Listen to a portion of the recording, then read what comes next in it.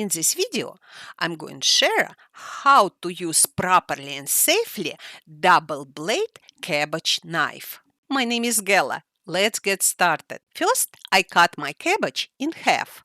Place on a cutting board and insert fork. Don't worry, we're not going to cut with knife fork because we're going to move it as we go. Keep cabbage leaning towards the cutting board so you cannot able to see core of cabbage. After I shred pile of cabbage, I ready move cabbage on the top of it.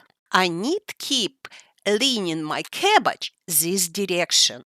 At the end, my fork will be vertical position against cutting board. Cabbage knife easy to clean, but sometimes cabbage pieces stuck between blades. Use always brush to remove them.